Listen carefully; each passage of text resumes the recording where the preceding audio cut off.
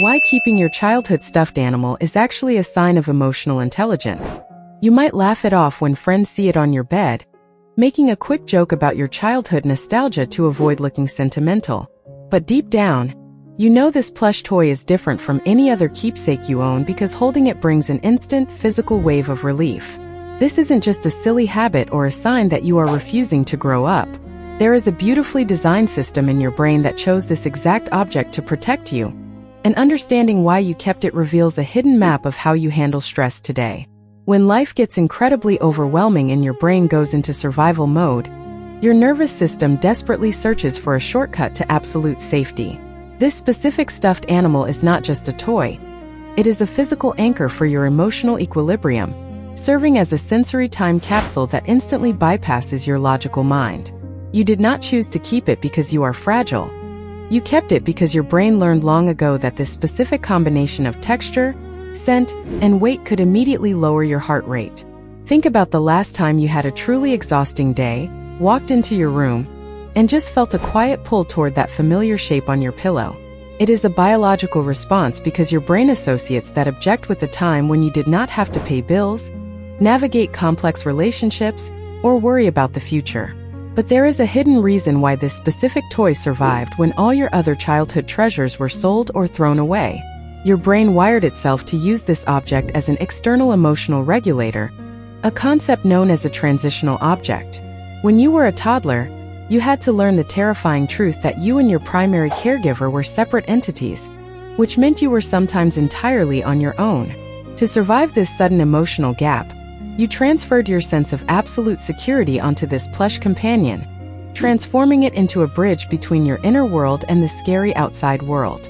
You did not just play with it, you literally used it to build your first independent sense of safety. In the mid-20th century, a pioneering pediatrician and psychoanalyst named Donald Winnicott observed hundreds of infants in London and realized this behavior was not a random phase, but a vital developmental milestone. He noticed that the infants who clung to a specific blanket or stuffed animal were not weaker than others. They were developing a sophisticated way to self-soothe without needing a parent present. Winnicott observed that a child would treat this object with absolute love, but also subject it to intense frustration, hugs, and tears, and the object had to survive all of it.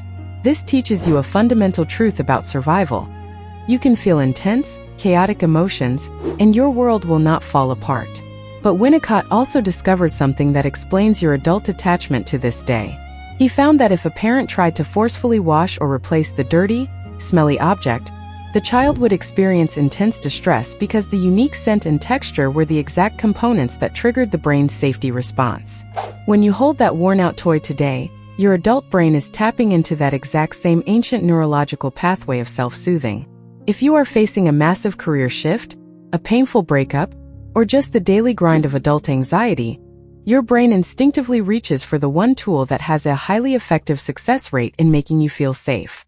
It is a highly efficient, built-in stress management tool that you have carried with you through every single storm of your life. You might assume that maturity means outgrowing your childhood comforts and facing the harsh world with nothing but cold logic. But the truth is, keeping that stuffed animal is a sign of deep emotional intelligence, showing that you possess a healthy, active mechanism for self-preservation. It acts as a gentle boundary, a quiet reminder that no matter how chaotic, demanding, or cold the adult world becomes, you still possess a small, sacred space of unconditional comfort. You do not need to hide it in a drawer when guests come over, nor do you need to feel embarrassed about the comfort it brings.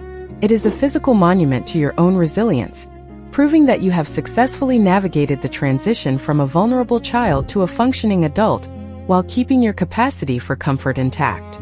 It is not a sign of weakness. It is a beautifully preserved piece of your own emotional architecture. So when you look at that worn-out little companion sitting on your bed tonight, do you see a childish habit you need to break? Or do you see the very first friend who taught you how to survive the world on your own?